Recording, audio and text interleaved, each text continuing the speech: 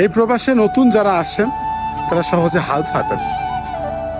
মনে রাখবেন, প্রবাসে যেহেতু আপনি আসছেন, আজ না হোক কাল সফল হবেন একদিন।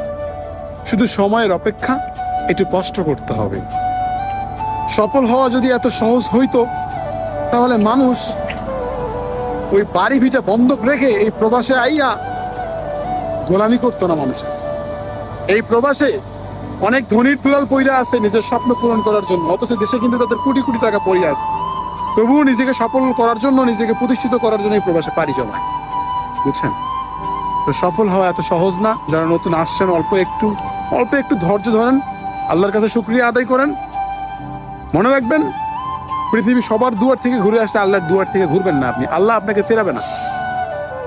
আপনি, আমি, আমরা মধ্যবিত্ত যারা, তারা কিন্তু সবসময় ঋণ করেই প্রবাসে আসি। আমরা অনেক কষ্ট করি, অনেক পরিশ্রম করি, এরপরেও কিন্তু আমরা